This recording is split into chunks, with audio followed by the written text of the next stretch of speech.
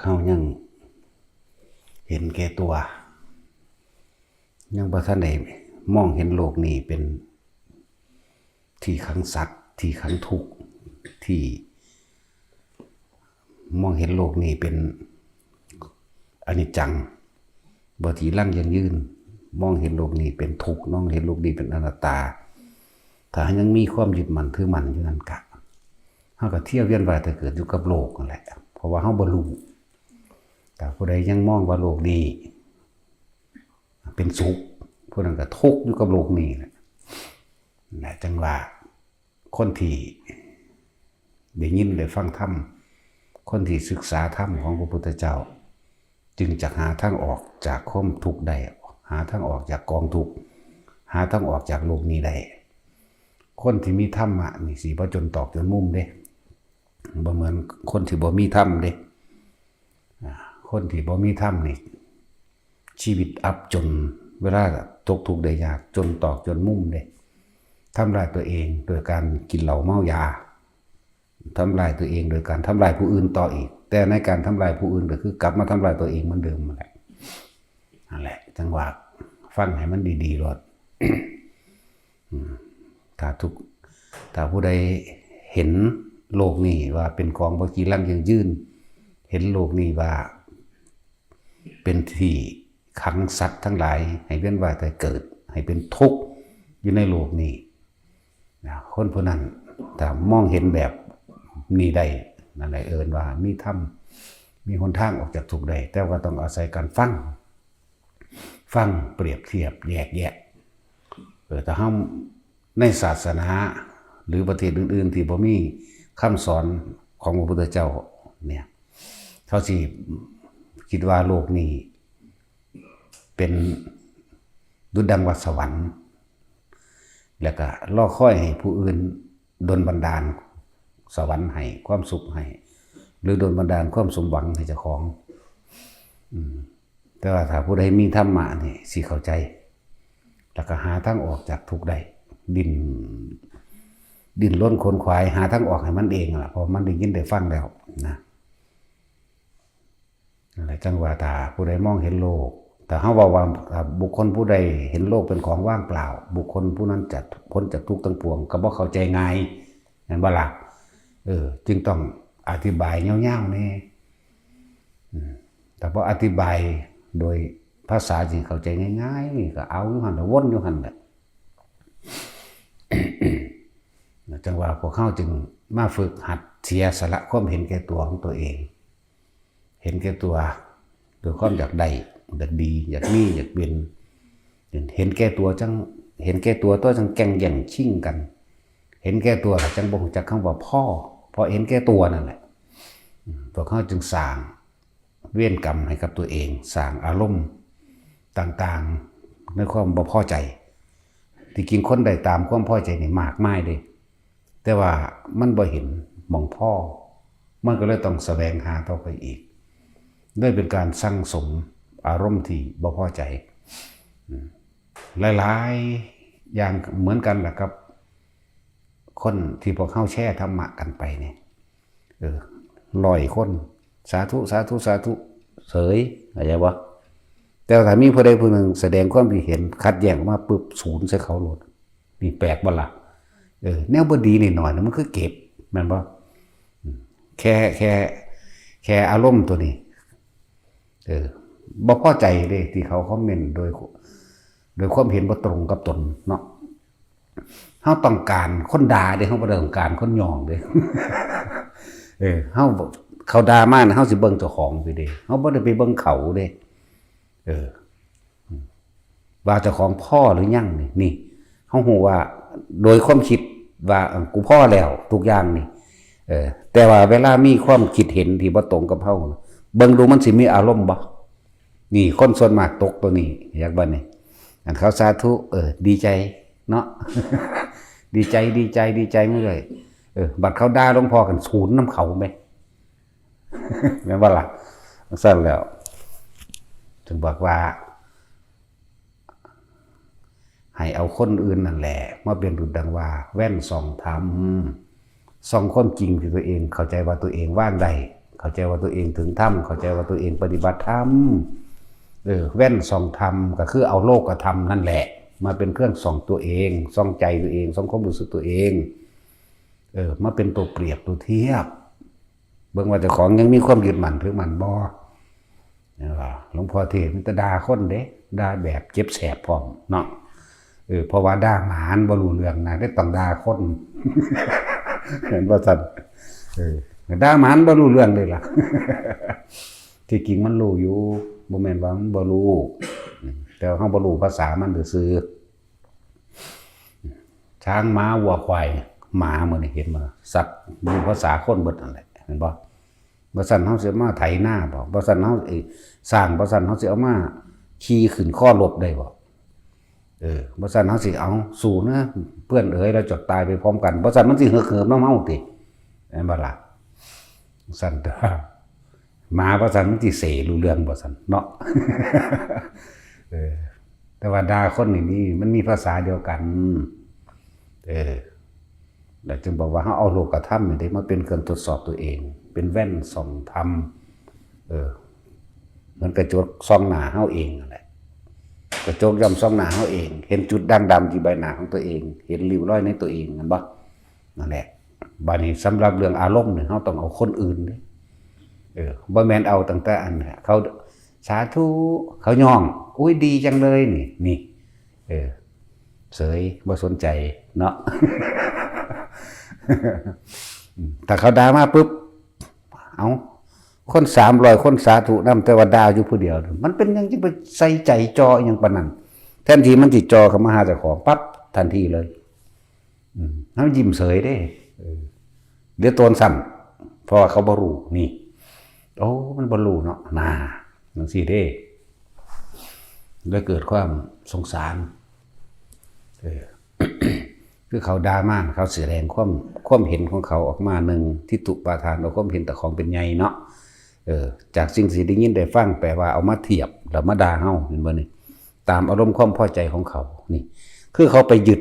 ความถูกเข้าใจว่านี่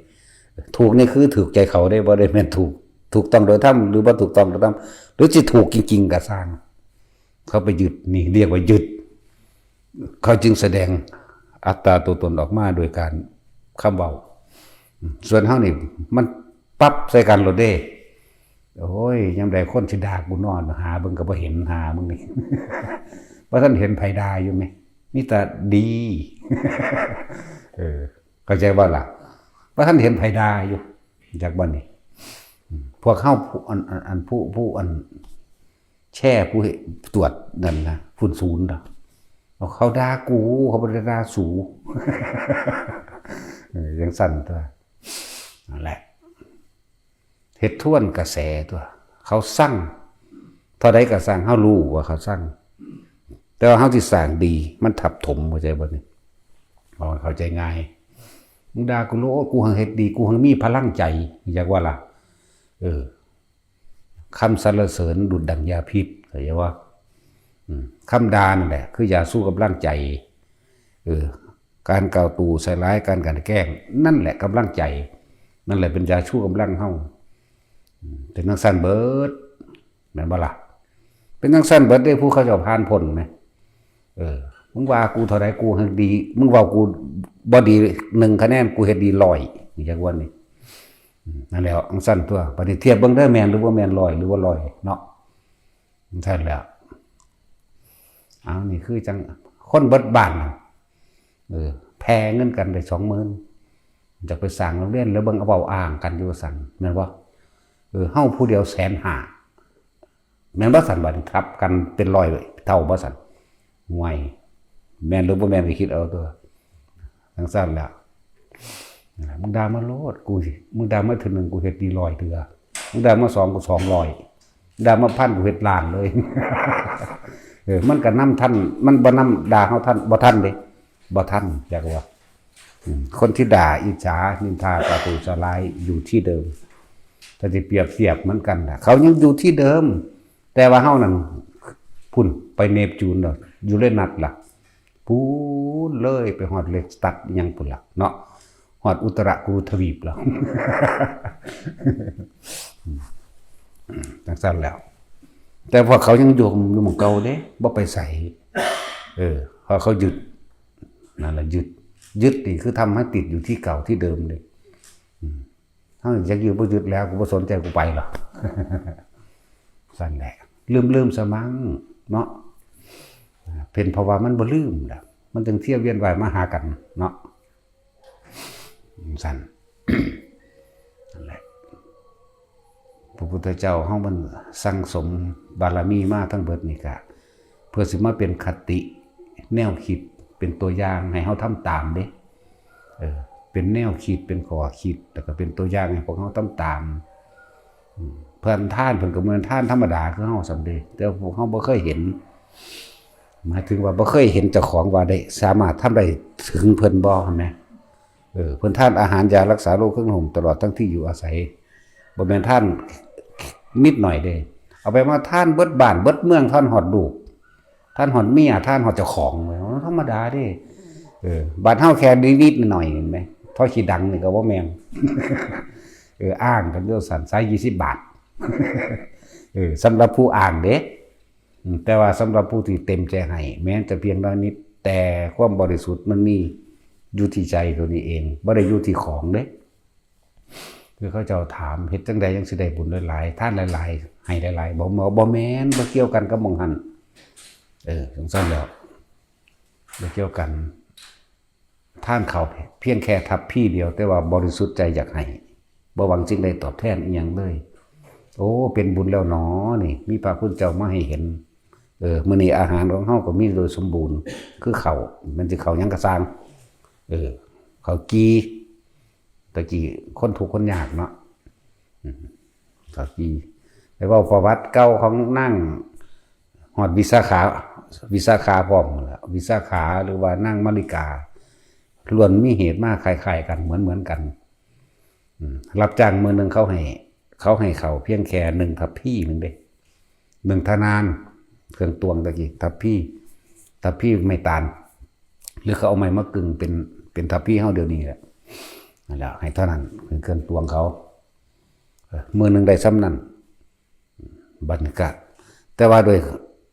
เขาที่เขาตำคกนะมันฟงออกก็ไปกอบเอาแกบนั่นแหละมาฟัดเอาเพื่อได้ห้ำเพื่อได้เขาปลาย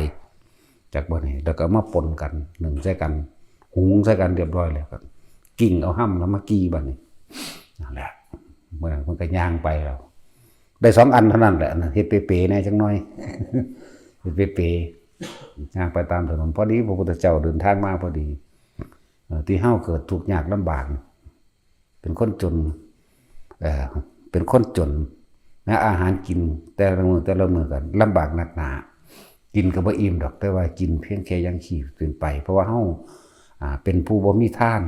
เฮาจึงเป็นคนทุกข์คนยากนั่นแหละแต่ว่าใจว่านี่มันมีอยู่2 อันนึงไว้แต่กินตอนเช้าอีกอันนึงไว้กินตอนแลงข้าวกี้2 ก้อนนั่นจังซั่นตัวแต่ว่าก็ยังวิตกอยู่อย่างนึงว่าอาหารของเฮาเป็นของหยาบหมายถึงของหยาบของต่ำเป็นของคนทุกข์คนยากเพิ่นสิฉันในเฮาบ่คิดในใจอยู่แต่ท่านหัวใจนี่อยากให้ท่านเต็มที่แหละนะพุทธเจ้าเพิ่นก็ย่างมาธรรมดาเนาะท่านนี่ก็ตัดสินใจเพราะว่าเฮาจนเพราะว่าเฮามักมีความคิดตะนี้ที่เหนียวเพราะว่าเฮาประกาศตัดสินใจจังนี้เด้เอ้าเพิ่นสิสันบ่สันก็จ้างเถอะขอให้ได้ท่านเถอะมื้อนี้นั่นเพิ่นก็นิมนต์มาไปใส่บาตรมันก็สันในเบื้องต้นหน้าเด้นั่นแหละพอตาสันในเบื้องต้นหน้าแล้วเหลืออีกอันนึงที่จงไว้นี่เห็นบ่มันต้องท่านตัดชีวิตคำว่าท่านตัดชีวิตเนี่ยบ่ได้กินหรือตายก็ช่างมันเถอะขอให้กูได้เต็มใจท่านเถอะเนี่ยพุทธเจ้าเพิ่นก็ฮู้แต่เพิ่นก็ซื่อๆอยู่หั่นแหละเพิ่นก็เบิ่งอยู่หั่นแหละท่านอันนึงพอแต่เห็นเพิ่นสันให้เรียบร้อยเพิ่นก็ว่าได้โปรดสงเคราะห์อนุเคราะห์ผู้ขาอันเป็นบุคคลทุกข์เป็นคนยากเป็นคนจนได้สงเคราะห์ผู้ขาได้เถอะแล้วก็อย่าสงเคราะห์ผู้ขาแม้เฉพาะชาตินี้นั่นขอให้พระองค์ได้สงเคราะห์ผู้ขาในชาติต่อไปด้วยเถิดนั่นก่อนแรกหมายถึงสงเคราะห์ชาตินี้ก่อนต่อไปก่อนที่2แม้นสิตายก็ช่างเถอะอยากบ่ล่ะชาติหน้าสิเป็นนางฟ้านางสวรรค์หรือยังก็แล้วแต่ของเขาเองนั่นแหละเพิ่นก็รับให้มันก็สันเบิ่งอีก โอ้ยดีใจปลื้มใจหลายธรรมดาบ่แต่ที่ว่าเรื่องนั่งวิสาขาเพราะจากตั้งสันอิ่มอกอิ่มใจหลายก็เลยเรียกว่าหัวอกใจขาดตายอย่างว่าเราไปเกิดสวรรค์ว่ามันสวรรค์ต่ำเด้ดุสิตธรรมดาบ่นั่นแหละไปเกิดสวรรค์สันดุสิตมันเด้นั่งวิสาขานี่หมายถึงแต่สมัยพระพุทธเจ้าอนุมาทัตสีมันเด้นี่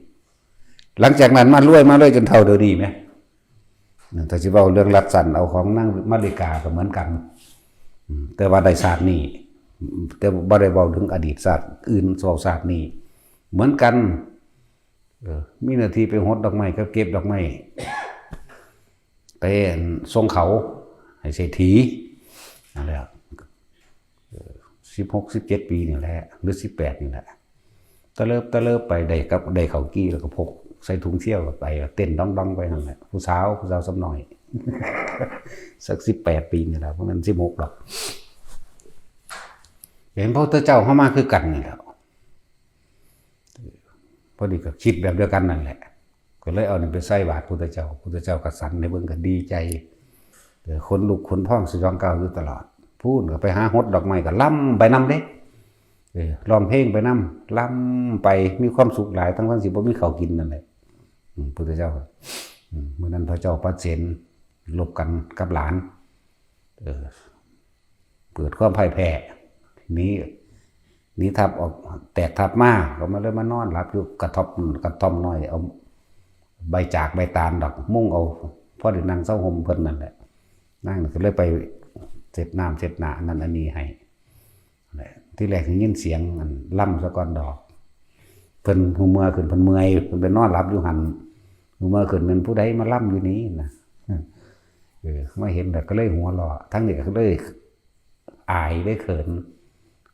ก็เลยมีการต่อหล่อต่อเถียงเชิงจีบกันจักหน่อยจากว่าละแต่ในสุดท้ายแล้วก็หาน้ำหายังมาเสร็จหน้าเสร็จตาเหมือนกันแต่เพิ่นก็บ่ได้บอกเด้เพิ่นก็ถามความนั้นความนี้แล้วเพิ่นก็ขับไปในเมืองเพิ่นก็แต่พระพุทธเจ้าเพิ่นก็เว้าไว้อยู่ดอกกับอันมื้อนี้ผู้นี้สิได้เป็นมเหสีของกษัตริย์ท่านบอกกับพระอานนท์ล่ะบ่บอกกับผู้อื่นดอกเพราะพระพุทธเจ้ายิ้มเพิ่นบ่ยิ้มง่ายๆเด้แย้มพระโอษฐ์จักว่าแย้มขึ้นยิ้มแบบมีเล็ดในน่ะก็ว่ายิ้มอันนี้ตาโน้นก็แม่นตาเบิ่งซื่อต่อไปเด็กน้อยผู้นี้นี่กุมารีตัวนี้เนี่ยจะได้เป็นมเหสีเอกของเจ้าฟ้ามหากษัตริย์พระโน้นก็แม่นตาเบิ่งซื่อเฮ้ยขี้ลายปันไผสิเอานะเป็นจังซั่นล่ะในเมื่อนั้นก็ได้อีหลีบาดนี้หลังจากลบกันออกมาแล้วฮอดเที่ยงฮอดบ่ายเพิ่นก็กลับประมาณ5 โมงแลงเทียบก็นำมาเอาไปแต่งเป็นมเหสีเลยล่ะจังซั่นล่ะนั่นแหละเพราะว่าความเห็นแก่ตัวพวกเฮาเลยบ่รู้จักการให้ทานเนาะแถมซ้ำทุกคนซุมื้อนี่ทานแบบใดทานเราขอท่านเราหวังผลท่านเราสาธุผู้ขาผลทุกคนอยากเลยถูกหวยวันถือก็ได้ละมึงถือ5 บาทนึงได้350ถือ2 ตัวนึงนอกจากสิ่งนั่นเสร็จแล้วตัวมันบ้างดีบ่ดีตัวเปอร์เซ็นต์มันนั่นแหละเขาซื้อให้5 บาทซื้อเบิด 2,500 ถือ5 บาทได้350ดีใจขนาดเด้อันเสียไปบ่ฮู้จักได้เห็นบ่มันเป็นบ้าคืออย่างเดียวคนได้350 บาทแต่ของถือเลขดีใจคิดเอาดอกมื้อนั้นคือเสียงคิ้นคากมันห้องปีนท้องมันเบิ่งคือตัดสินนั่นแหละแต่สำนักหนาบ่ได้ซื้อตั้งแต่มันตรงเบิดเด่นนั่นแหละท่านก็ไปหวังผลอีหยังเกินหวังผลเวอร์จักบ่ล่ะหวังจากได้เดี๋ยวนี้เขาได้คนนั้นให้ถูกลอตเตอรี่แจ็คพอตพุ่นเด้บ่ได้เอาเด้ธรรมดานี่เอาแจ็คพอตเอาบักห่า60 ล้าน80 ล้านพุ่นเด้สั่นแล้วมันก็เลยถูกอยู่ตลอดมันก็เลยยากจนอยู่ตลอดเพราะว่าคำว่าทุกข์นี่เพราะว่ามันบ่รู้จักคำว่าพอมันเลยทุกข์รวยเพียงใดก็ช่าง มี100 ล้านพันล้านแสนล้านหมื่นล้านถ้าบ่รู้จักคำว่าพ่อคนผู้นั้นย่อมก่อกองทุกข์ใส่หัวใจเจ้าของมาตลอดถ้าเว้าเรื่องผู้เขารวยที่สุดในฝรั่งอังกฤษพุ่นเนาะในอเมริกาจังซี่เนาะที่ว่ายกให้เป็นเศรษฐีอันดับหนึ่งมันยังทุกข์อยู่เด้นั่นเพราะว่ามันพ่อบ่เป็นมันแต่ละมื้อแต่ละเว้นมันนอนบ่หลับเด้เพราะมันคิดหาจังซั่นแล้วสู่เฮาก็บ่ได้กูมีหยังจักอย่างลมหัวลงกูอยากหลับจังได๋กูหลับได้นอนกลางป่ากลางลมก็ได้บ่ได้ย้านหยังเขาบ่ได้เด้ต้องมีลูกน้องบริวารคอยอารักขาเนาะย้านมาฆ่านั่นแหละทุกข์บ่ล่ะก็มีอยู่ในหันแหละความทุกข์ของเขาฉะนั้นถือว่าพวกเขานั่นดีแล้วที่พวกเขาเกิดมาเป็นคนจนแต่เขาบ่จนกับต่างดีบ่ดีพวกรวยๆนั่นน่ะกว่าสิถึงถ้ำใด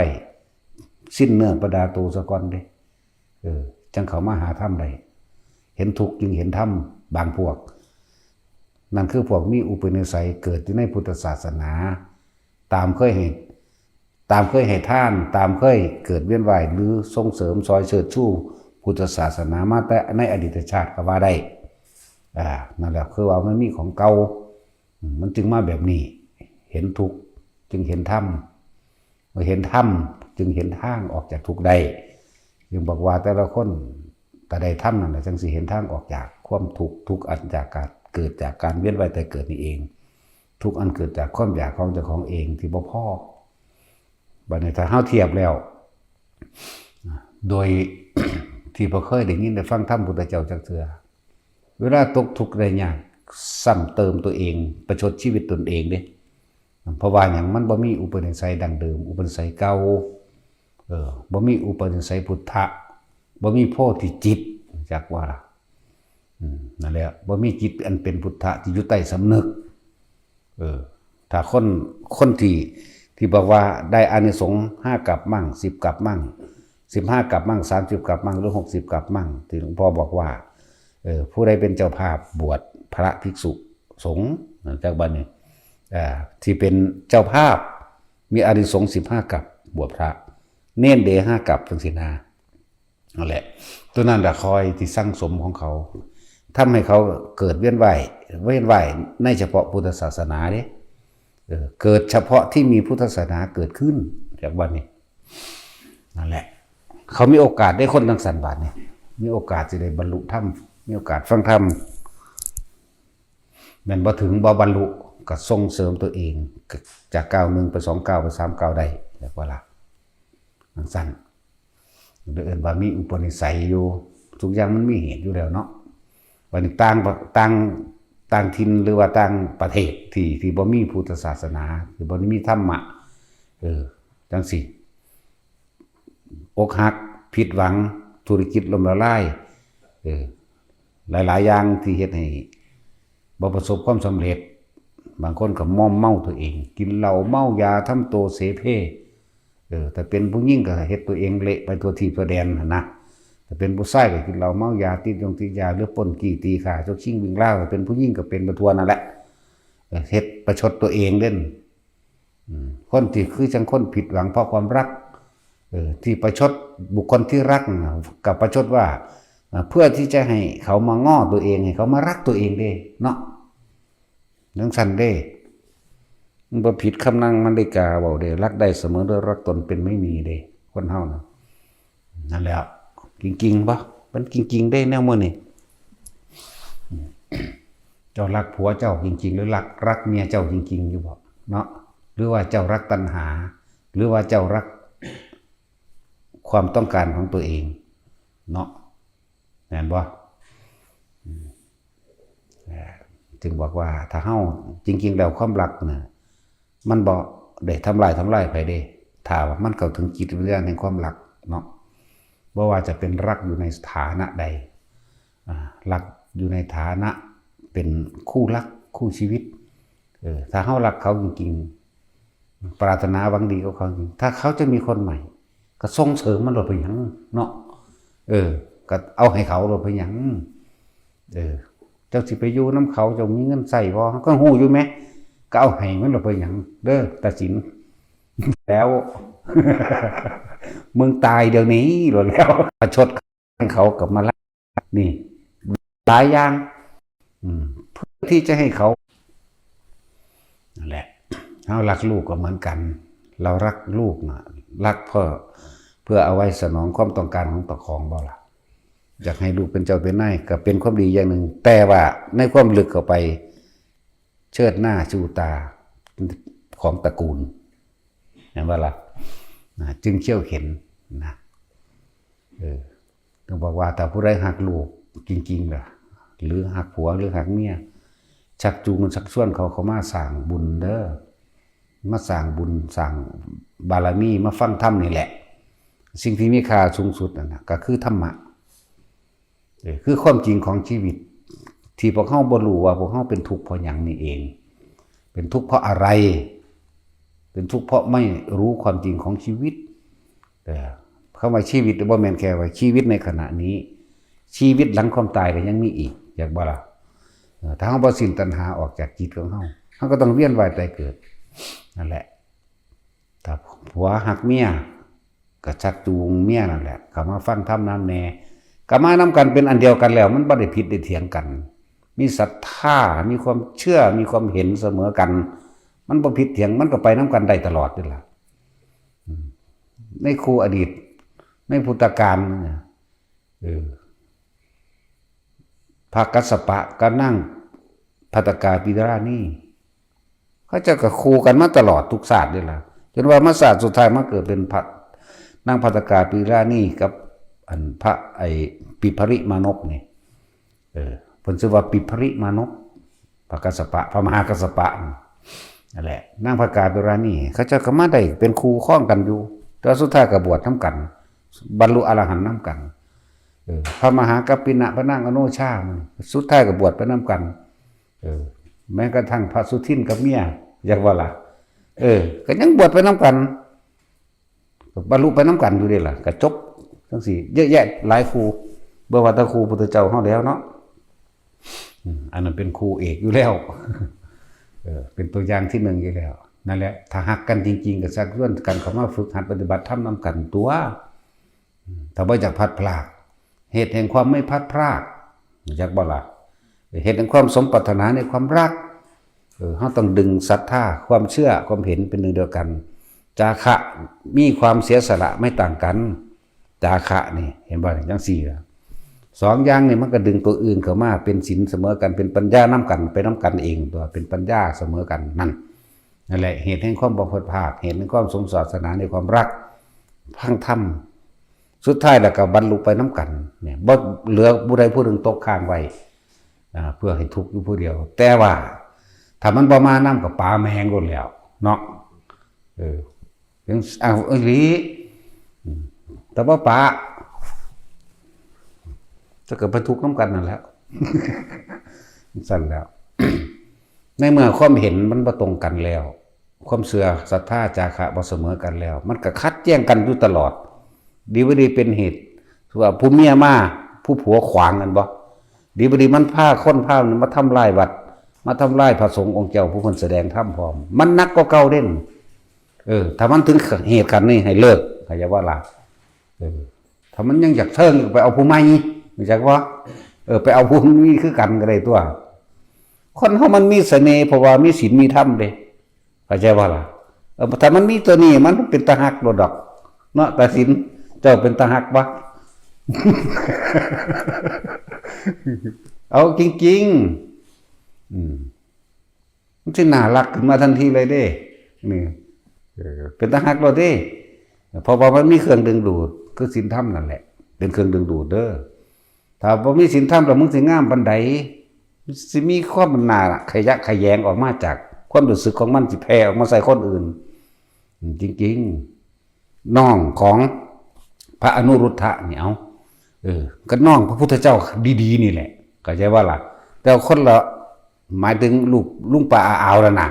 ก็ซ้ำเป็นในตระกูลน้องพระพุทธเจ้าตัวนั่นนะเห็นบ่ซั่นแต่ว่าเกิดเป็นโรคเลื่อนเฉยเปิดได้แต่หน้าตางามอยู่แต่ว่าเข้าไปใกล้คนผู้ชายมีความรู้สึกน่าเกลียดน่ากลัวน่าขยะแขยงโดด แถมซ้ำมีกลิ่นเหม็นอีกจักว่าล่ะมันเป็นทั้งสันอีหลีเด้เพราะว่าหยังศาสตร์ที่แล้วเขาอิจฉาริษยาเขาแม้กระทั่งนางล่ำเอาตะกี้เพิ่นกับได้เป็นราชเทวีมเหสีพุ่นเด้อิจฉานางล่ำด้วยนั่นน่ะเขาล่ำเราพวกหมู่กษัตริย์ทั้งหลายให้รางวัลทั้งสันทั้งสี่ไปเพิ่นพูดไปบอกคนใส่เจ้าของหาหมามุยตลอดทั้งอันผงอย่างต่างๆมาผสมกันกับหมามุยไปห้อยใส่ที่นอนเขาเขาเมื่อยเขาล่ำมาเมื่อยแล้วเขาก็นอนเกือกกิ่งไปแล้วเนาะพอตื่นขึ้นก็คั่นค่ายยังออกหลังจากเพิ่นสะใจเพิ่นว่าเพิ่นเฮ็ดสำเร็จเห็นบ่นี่หลังจากนั้นเพิ่นตายในขณะที่สะใจว่าเจ้าของสำเร็จแกล้งผู้อื่นใดตกนรกแต่ว่าด้วยบุญที่เคยเฮ็ดไว้ก็ได้มาเกิดในพุทธศาสนาอยู่หังเป็นคนที่อาภัพเห็นบ่อาภัพความรักอะไรบ่มีผู้ใดหักเด้นั่นแล้วสุดท้ายแล้วครับกษัตริย์เมืองใดมาเบิ่งแล้วเขาก็เกิดความขยะแขยงบ่เขามีความรู้สึกคือแมงบ่งขนนั่นแหละเห็นแล้วว่าเป็นตาเอาจังเหม็ดมันมีกลิ่นเหม็นพร้อมเด้เหม็นหืนๆอย่างเขานั่นแหละมันนึงเป็นดอกในความลักษณะนั้นแล้วจังว่างามปานใดก็สร้างถ้าบ่มีศีลธรรมแล้วมันน่าขยะแขยงแถมซ้ำมีกลิ่นโตอีกเด้แล้วว่าสุดท้ายพระพุทธเจ้าเฮากับพระอนุรุทธะมาแก่เอาได้นั่นนะจึงผ่านพ้นไปได้ที่จริงเพิ่นก็มักผู้อื่นคือกันเด้แต่เขาบ่มักเพิ่นนั่นติเนาะผู้หญิงลองเบิ่งแม่ถ้าผู้ชายบ่เฮ็ดให้มึงลองเบิ่งแม่มันก็บ่ได้คือเก่านั่นแหละแต่ผู้ชายบ่ขึ้นแต่ผู้หญิงก็มึงขึ้นเข้าไปผู้ชายบ่ขึ้นเนาะตัดสินผู้จักบ่ความได้เปรียบถ้าผู้ชายขึ้นผู้หญิงบ่ขึ้นก็ซากูเอาได้คือเก่าเห็นบ่ความจริงได้นี่หรือว่าบ่แม่นตัดสินเอาตัดสินนี่ล่ะเนาะอันนี้บ่ยังว่าเป็นเม่นกระทางกูบ่ชนบ่ได้เม่นเนาะตัดสินงั้นอีหลีเด้นี่หิบวงหัวอยู่หั่นดอกเอาเป็นเรื่องจริงเรื่องจริงหยังผู้ชายขึ้นอยากบ่ผู้ชายอยากเชิงนั่นผู้หญิงบ่อยากกระสร้างผู้ชายเอาได้คือเก่าแต่ผู้หญิงอยากผู้ชายบ่ขึ้นแล้วยังไงก็บ่ได้เนาะแม่นบ่ล่ะบ่ได้เว้าความปลอมนี่เว้าความจริงแม่นตัวเนาะบนเตียงหัวโอ้ยคนไทยอีหยังภาคกลางถ้าเข้าใจอยู่บ่น่ะที่นึกว่าเดี๋ยวสิถึงดาวบ่มีการศึกษาอีกถ้าเว้าเรื่องละมกภาษาได้ก็เข้าใจเบิดแต่ว่าเซิงก็เข้าใจซี่กันก็เข้าใจเด้นะมื้อนี้มันแปลกประหลาดคือหยังนี่เนาะเอ้ยนั่นแหละมันบ่มีภาษาเด้อันนี้เนาะบ่มีภาษาเด้เอาฝรั่งกับเฮาก็ยังเอากันได้ก็เว้ากันบ่รู้เรื่องแต่ว่าคือได้หยังแม่นบ่ซั่นเอาเรื่องจริงนี่ก็เลยนั่นแหละคนเฮาก็คือว่านั่นแหละรักใดที่จะเสมอด้วยรักตนเป็นไม่มีแต่ว่าถ้าเฮารักตนจริงๆถ้าเรารักตัวเองจริงๆแล้วนี่เราก็ไม่ควรไปทำร้ายผู้อื่นเพราะคนอื่นเขาก็รักตัวเขาเหมือนกันจักบ่นั่นแหละจึงบอกว่าถ้าความรักนี่มันบ่ทำลายไปหรอกถ้าเฮาเข้าใจถึงจิตวิญญาณตนนั้นเมื่อเขาต้องการมีคนใหม่ก็ให้เขาไปบ่ต้องรั้งเรียกว่ารั้งยังไงก็ไม่อยู่ถ้าเขาจะไปรั้งยังไงก็ไม่อยู่เด้อส่งเสริมเขาเลยเอาค่ารถให้พร้อมหรือหาแบ่งปันทรัพย์แนวเลี้ยงชีพให้เขาโลดแต่เฮาก็เกิดความสดชื่นเบิกบานในตัวเฮาโลดจักว่าล่ะหูยเป็นแต่เฮ็ดยากแท้เนาะขนาดเฮาเห็นยังไป 82 ปีแล้วผู้หนึ่ง ผู้หนึ่ง80 ปีลูกหลานมาเต็มเดี๋ยวเบิ่งหน้าอีนั่นนี่บางนั้นบางนี่เดี๋ยวมาเห็นเมียอยู่ข้างๆล่ะอีห่านี่ถ้ากูตายก็พอไหมกูมาขากูมาบีบคอมึง โอ้ยเนาะตั้งแต่คนนี้ก็สิบีบเขาบ่ได้ไปแห้ง จังสั้นแล้วขนาดนั้นเด้นั่นแหละ ถ้าเฮารักถ้ารักในฐานะว่าเขาเป็นลูกว่าเขาเป็นหลานจังซี่ก็แนะนำธรรมะนั่นแหละถ้าเป็นห่วงเขาเพื่อบ่อยากให้เขาตกทุกข์ได้ยากลำบากวัฏสงสารอันยาวนานนี่มันธรรมดาเด้อลำบากเป็นที่ทินทุรกันดารสัตว์ทั้งหลายต้องพบผ่านแต่ความตกระกำลำบากอดอยากอาหารก็ว่าอดถูกรังแกข่มเหงก็ว่าหาทางออกจากทุกข์นี่ก็บ่ได้เด้ถ้าบ่มีธรรมเห็นบ่ล่ะแต่ว่าธรรมนั่นแหละที่มีคุณค่านำลูกนำหลานนำผัวนำเมียเข้ามาผู้หักผัวก็นำพยายามนำผัวเข้ามาถ้า 2-3 ปีมันบ่มาแล้วก็ปาแมงโลดเนาะนี่เห็นบ่บุญเตียงได้ยังมาอยู่ยันเมียปาได้นั่นที่จริงบ่ได้สนใจธรรมะปานใดหรอก มันนำหวงเมียเด่นเถียงกันกับเมียเพิ่นเถียงกันเด้โอ้ยแซมสั่งหลวงพ่อยังเด้พระอะไรมาพูดนั้นเถียงกัน ธรรมดาบ่เฮ็ดไปเฮ็ดมาก็เขาหักเพิ่นตัวแม่นบ่ซั่นเขาจังอยู่นี่อยู่จนว่าผัวเพิ่นมาแล้วก็ค่อยๆเข้าใจในจักหน่อย น้อยมาแทบสั่นหรือมาไทยเอาเมียอีกปานว่าเฮาจับเมียเพิ่นมาเรียกหาไทยเฮ้ยเบิ่งนี่เป็นตาเอาอยู่บ่ล่ะ หัวงอกขาวจุนพูนอยู่เฮ้ยตุปุอยู่จังสิเคยงามแต่เพิ่นตัวสิผู้อื่นงามนำจังใดหลวงพ่อเจ้าเท่าไหร่ซั่นเพิ่นสิไทยเอาเมียเพิ่นโดนจักเมียเพิ่นเบื่อโอ้ยเฮาก็ว้าวใส่แล้วหาค่าโดยประมาณไม่ได้นะว่าแล้วผมต้องจ่ายเท่าไหร่ยังว่าอยู่เด้ เพิ่นจังได้เมื่อนำจังซั่นแล้วเพิ่นฮักเจ้าของเองเด้บ่ได้ฮักเมียเพิ่นเด้คือบ่เอาให้หลวงพ่อโลดซั่นเนาะ มาคุมไทยเอาเฮ็ดจังซั่นตัวอยู่ไปอยู่มาก็ได้ธรรมะก็เริ่มเข้าใจซั่นตัวบาดนี้ก็ฮู้จักทางธรรมตัวแสดงว่าเขาฮักเจ้าของตัวนั้นน่ะแม่นบ่ล่ะเขาจึงอยากให้ได้ทางออกจากทุกข์นี่แหละความรักจักว่าล่ะนั่นความเห็นแก่ตัวเนาะจะรักเท่าไหร่เดี๋ยวก็รักกันไปตายแหละถ้ารักแบบนั้นเนาะสั่นแล้วเอามีเขาบริสอนเด้ ถ้ามึงอยากไปก็ไปแต่ไม่มีขารถบ่ได้หาขารถให้พร้อมเด้เอาเลยจะเอาอย่างเอาเลยกูไปเอาผู้ใหม่ก็ได้ ก็ไม่ได้ยากด้วยล่ะนั่นเสร็จแล้วนั่นแหละถ้าหักลูกหักหลานกับพาลูกหลานเข้าสู่การฟังธรรมผู้หญิงถ้าหักผัวกับพาผัวเข้ามา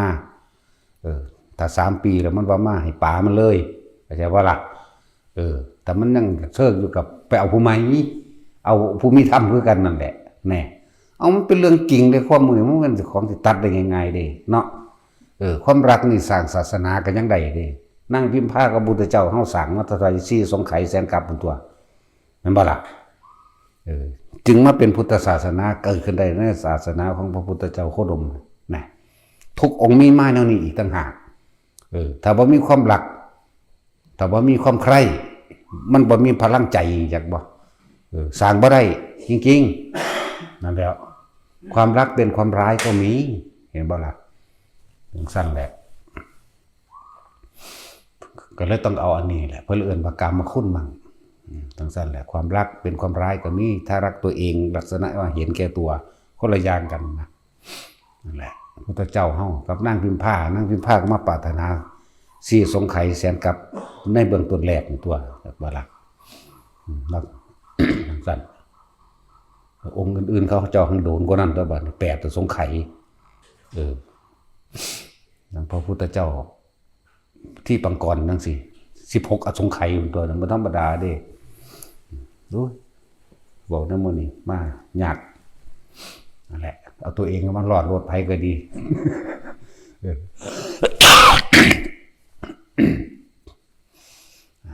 แต่ผู้ใดหักผัวกับผ้าผัวมาถ้าผู้ใดหักเมียกับผ้าเมียมาแต่ผัวและเมียมันประมาณนำกันใน3 ปีนี่บ่อาจสามารถคือดึงเต็มทีแล้วก็เลิกเลยจะไปสนใจเฮาบ่เลิกกันตอนเป็นมันก็เลิกตอนตายคือเก่าตัวจากบ่ล่ะบ่เลิกตอนเป็นก็เลิกตอนตายตอนตายก็คือตายจากกันตัวมันก็ต้องเลิกตัวมันตายแล้วไหมเนาะจะให้ความตายว่าบังคับเฮ็ดหยังเป็นหยังคือบ่แล่นเข้ามาสู่ฟังพระนิพพานของเจ้าของโดดเนาะทั้งสั้นแล้วสุดท้ายแล้วก็ตายจากกันคือเก่าไหมมันเจ้าสิกอดกันอยู่บันไดมันก็ตายข้าอกกอดตัวนั่นบ่ล่ะสั้นแล้วนี่แหละธรรมะก็แปลว่าความจริงนี่ไหมคนเฮาบ่จากกันเป็นมันก็จากกันตายแน่ก็เป็นลักษณะนี่มันเป็นธรรมชาติอันหนึ่งความตายก็เป็นเรื่องธรรมดาอยู่แล้วเนี่ยเขาบ่ได้เห็นเป็นเรื่องตื่นเต้นเลยบ่ได้ตื่นเต้นเลยซ้ำความตายเป็นเรื่องธรรมดาความตายนี่ง่ายกว่าความเกิดเด้ความเกิดนี่ยากเด้เนาะเกิดนี่ต้องมาทำมาหากินนี่แหละเห็นบ่พวกเจ้าหากินมาอยู่นี่ต้องสั้นแล้วในการทำมาหากินคิดว่ามันง่ายเลยขนาดเป็นคนยังดิ้นรนต่อสู้กันขนาดนี้ถ้าพลาดไปตกเกิดเป็นสัตว์เดรัจฉานเด้คือพวกเขาเห็นปลานี่เป็นอาหารเด้เห็นปลาเป็นอาหารเห็นไก่เห็นหมูเห็นเป็ดงัวควายเป็นอาหารนั่นบ่ล่ะเห็นกีโปมเป็นอาหารเห็นแมงกินหุ่นเป็นอาหารสารพัดนี่ปลาหมึกกุ้งหอยแครงแมลงภู่เห็นเป็นอาหารเบิดนกขุมนกกระทา เห็นเป็นอาหารเด้นั่นบ่ได้เห็นว่าเป็นเพื่อนที่ร่วมเกิดแก่เก็บตายด้วยกันทั้งหมดทั้งสิ้นบ่เห็นแบบนี้เด้นั่นบ่ล่ะเห็นเป็นอาหารแล้วสัตว์ทั้งหลายเหล่านั้นมาจากไสมาจากคนคือพวกเฮาเป็นเดียวนี้แหละพวกเฮาเด้นั่นแหละกินกันไปกินกันมาอยู่เดี๋ยวนี้บ่ได้แม่นแนวอื่นเขาก็เป็นคนมาก่อนคนเห็นแก่ตัวเห็นแก่กินนั่นแหละเขาก็เกิดมาถูกกินบ้างคือกันแล้วตอนนั้นสัตว์เดรัจฉานนี่มันก็เห็นแก่กินนั่นแหละเห็นแก่กินเห็นแก่ตัวผู้อื่นเป็นได้ก็สร้างคอยกูกินอิ่มไปก่อนพวกเจ้าสังเกตเบิ่งเด้อหมาลูกแม่เดียวกันแม้กระทั่งแม่มันใหญ่เกิดมาเนี่ยตอนแรกๆบ่มีอีหยังนี่ตอนแรกๆมันก็หยอกกันเป็นธรรมดาบุ้มบั้มดินไงกึ๊บเนาะพอแต่มีเอาถิ่มขาใกล้จะขากัดกันขนาดเลยแย่งอาหารกันมาแล้วข้อกูได้กินกับพ่ออันอื่นเอาไว้ที่หลังมันเท่านี้หนึ่งเด้นั่นแหละสัตว์ทั้งหลายแล้วนั่นเกิดเลยมาเกิดมาให้คนเข้าใจว่าเป็นอาหารนั่นแหละคือกรรมเห็นบ่นี่การรับผลของกรรมเป็นสั่นตัวความเห็นแก่ตัวแต่ละคนและเพิ่นจึงให้พวกเขามีท่านเป็นเบื้องต้นสละความเห็นแก่ตัวออกทีละเล็กทีละน้อยซะก่อนให้เขาให้น้ำเป็นธรรมดาให้ยารักโซ่โรคมั่งมีอย่างกันแนะนำกันไปหาหมอดีๆก็ว่าไปให้ที่อยู่อาศัยคือให้มองรับมองนอนเป็นธรรมดาจังซี่นะอาหารยารักษาโรคเครื่องนุ่งห่มคือเสื้อผ้าแบ่งปันกันไปแต่การให้นี่มันก็มี2 อัน 2 ลักษณะให้โดยไม่หวังสิ่งตอบแทนกับให้หวังสิ่งตอบแทนนี่ก็คนละอย่างอีกเด้ให้โดยหวังสิ่งตอบแทนคือเห็นแก่ตัวเหมือนเดิมให้โดยไม่หวังสิ่งตอบแทนไม่หวังสิ่งตอบนี่จึงเรียกว่าสละเข้าใจบ่ล่ะจึงเป็นจาคะจึงเป็นการสละออกมันจะน้อมก็มาเห็นอย่างเห็นความเห็นแก่ตัวของเจ้าของนะผู้บ่รู้ผู้บ่ฟังธรรมก็แยกบ่ออกหรอกว่าคำว่าเห็นแก่ตัวเป็นแบบใดนั่นแหละคำว่าเห็นแก่ตัวเป็นแบบใด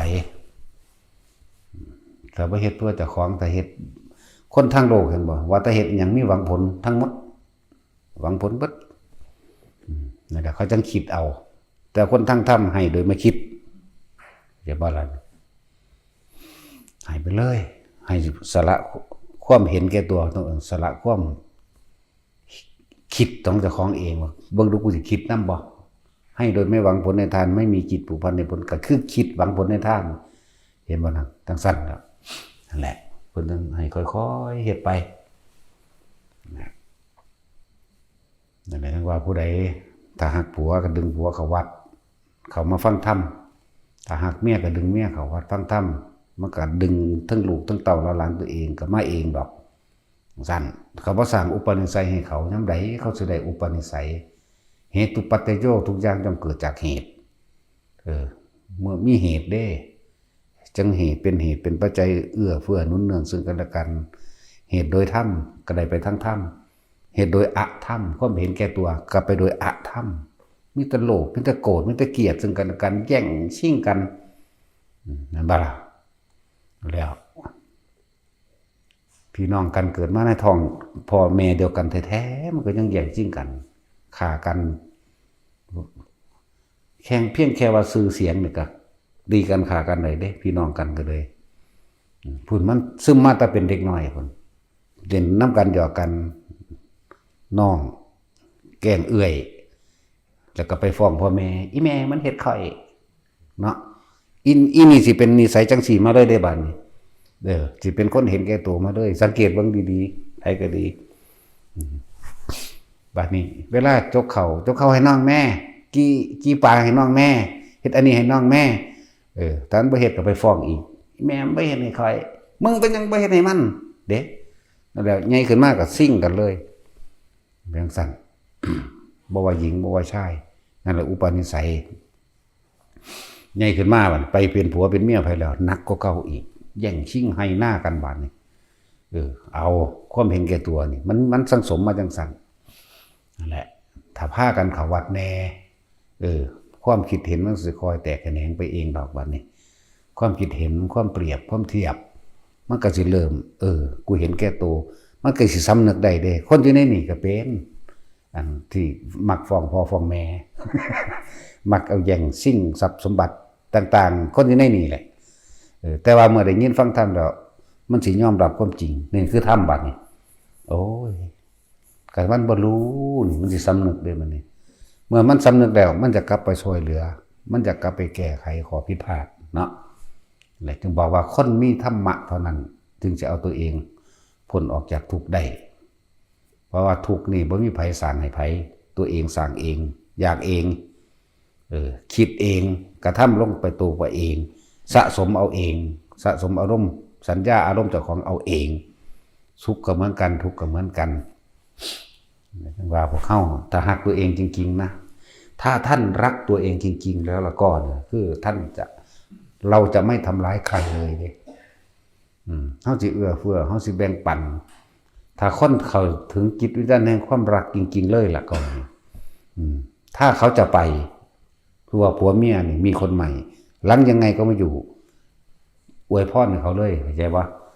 ให้ทางเลยแนะนำต่างๆพร้อมเฮาเคยอยู่น้ำเขาอยู่แล้วขอเสียเจ้าเป็นแนวนี้เด้อเป็นแนวนี้เด้อไปอยู่น้ำเขาเจ้าจะเฮ็ดแบบนั้นคือเฮ็ดกับข่อยเข้าใจว่าล่ะเอาแบบนั้นเลยพูดละนั่นจึงเรียกว่าเฮาหักตัวเฮาเองเฮาก็หักเขาแบบนั้นจังสั่นตัวก็ปล่อยไปเรียกว่าล่ะไว้เฮาก็หาเอาไม่ก็ได้ตัวเอามันบ่แม่นของง่ายเด้อการสิตัดหลักอะไรนี่มันไม่ธรรมดาเด้ละเรื่องหลงลมลวงรักลอยเล่เนาะรักลงเลร้อนรุ่มรักไหลเหลือเพราะความรักเลยมันห่อนมันลุ่มมันสุมมันไฟกันนึง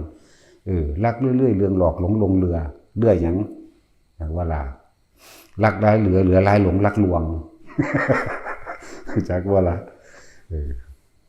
ก็เพราะความรักตัวมันล่วงกันไปล่วงกันมาอยู่จักบ่นี่หลอกล่วงกันไปใครมักเจ้าสั่นถ้าบาเสือกยังกับมีผู้ใหม่อยู่นี่มันสิมักหม่องใดเดี๋ยวนี้เนาะจูงแขนกันไปผู้เป็นแนมว่าอีหานี่มีว่าเด้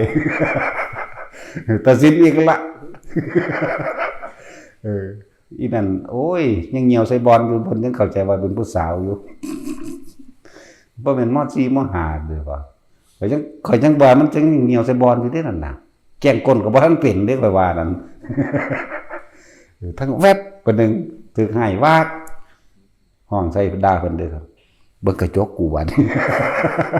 เบิ่งกระจกมองหลังเขาจังซั่นแล้วนั่นแหละจังว่าถ้าเฮาฮักเจ้าของ แบบใดเขาก็ครับเหตุกับผู้อื่นแบบนั้นแหละถ้าเขาสิไปก็ปล่อยมันไปโลดเนาะจังแต่งก่อนเสาน้ำหลังก็ได้ดอกนะตาสินแปลงปอปีกบางเจ้าการปีกสวยว่าเด้เพิ่นเคยจีบกันตอนแรกเนาะฝากบอกเขาด้วยนะคิดถึงมากมายนะจ๊ะอีกสั่นแหละมันบ่เท่าดอกอยู่นี่ในจิตใจคนเนาะคือเฮานี่ยังวัยรุ่นอยู่เด้นี่เห็นบ่นี่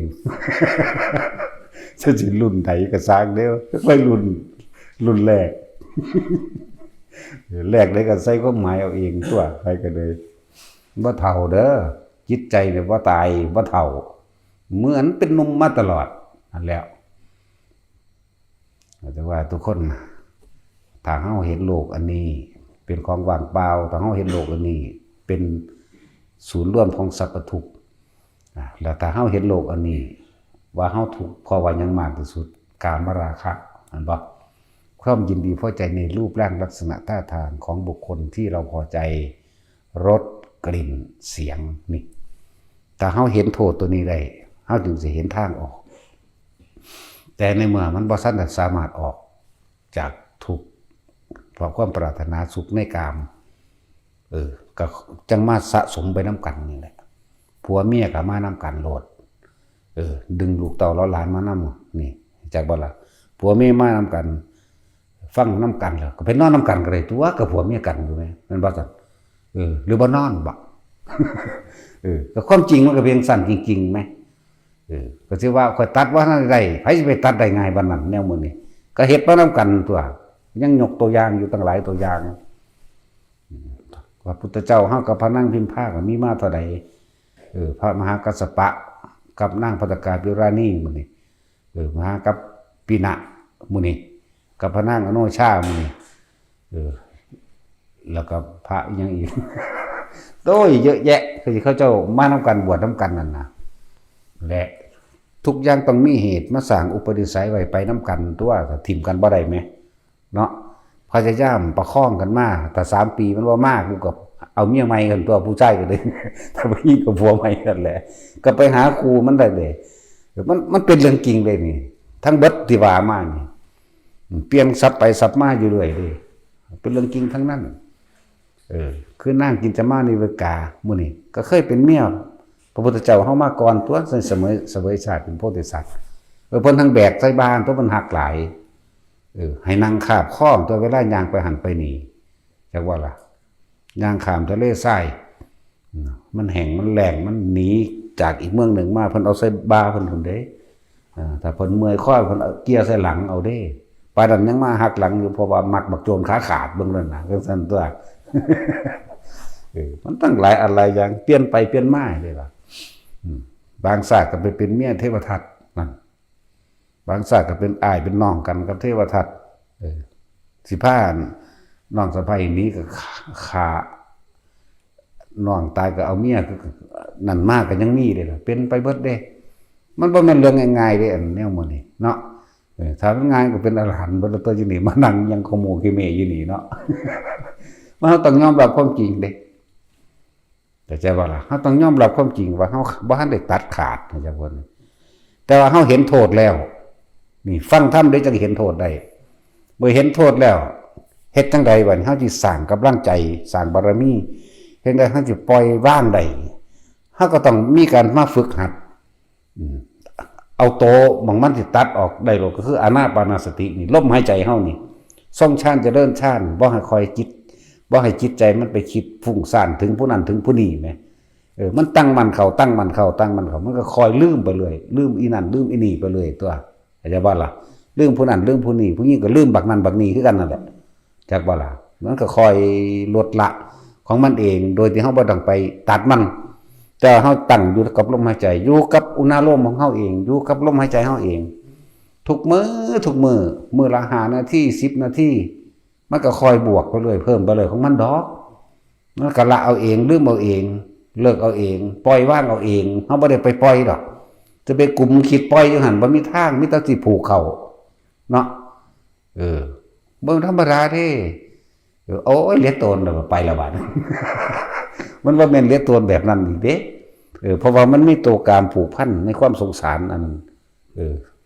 แท้ที่จริงแล้วมันเป็นปัญญาของอวิชชาปัญญาของกิเลสตามตัวมันบ่ล่ะบวชตัวนั้นเฮามาต้องปี2 ปีตัวผมได้เคยสัญญาไว้ย่านเสียสัจจะ ซึกไปเอาทำนั่นแหละปัญญาของกิเลสนี่จักว่านั่นแหละปัญญาของอวิชชาย่านเสียสัจจะเนี่ยมันแหลมคมขนาดนั้นเด้อปัญญาของกามราคะล่ะปัญญาของกิเลสก็ว่ามันธรรมดาเด่นแนวมันหลายอยู่เด้บางองค์ก็บวชตั้งเท่าได้20-30 ปีปักออกไปเอากันก็มีไม่ว่าล่ะเนี่ยมันต้องโอ้ยยังสิมีโทษทำเท่ากับกามเดี๋ยวนี้เนาะฆ่าคนก็ได้ฆ่าผู้เจ้าของว่าเจ้าของมักก็ได้ฆ่าเจ้าของเองก็ได้เห็นบ่สั่นฆ่าผู้อื่นก็ได้ฆ่าเจ้าของก็ได้ด้วยเรื่องนี้ฆ่าสัตว์ก็ได้มาเลี้ยงกันนี่แหละเนาะฆ่าขายช้างม้างูควายก็ได้ฆ่าขายเงินทองก็ได้เด้โกงก็ได้เห็นบ่ล่ะจริงบ่ล่ะบัดฆ่าสัตว์นี่ทั้งมนุษย์และอมนุษย์ก็ได้ลักทรัพย์ปล้นกี้ได้ของมนุษย์และอมนุษย์ก็ได้บังคับข่มขืนใจซึ่งกันและกันบังข่มขืนกายซึ่งกันและกันก็ได้เห็นบ่นี่โกหกให้ผู้อื่นเสียชีวิตและทรัพย์สินทั้งมนุษย์และอมนุษย์ก็ได้ทำให้ตัวเองเมาแล้วเมาผู้อื่นก็ยังได้เห็นบ่สั่นแล้วแม่นเรื่องธรรมดาเป็นเรื่องจริงได้นี่หังเบาๆหังนั่นซื้อเนาะมึงพอว่ามักลึกซึ้งธรรมะของเฮามันต้องลื่นเรื่องบันเทิงและเบิกบานจังว่าล่ะหรือมาเว้าอยู่นี่นั่งเหงานอนเบิดแต่ขนาดเว้าจังยังงงาดอยู่บางเห็นบ่นั่นอาจสิไปเว้ามวนๆที่นี่อุ้ยคักเนาะคือสิบ่ฟังมันจะคนดอกมันคือโกนเบิดแล้วเอาสบายท่าน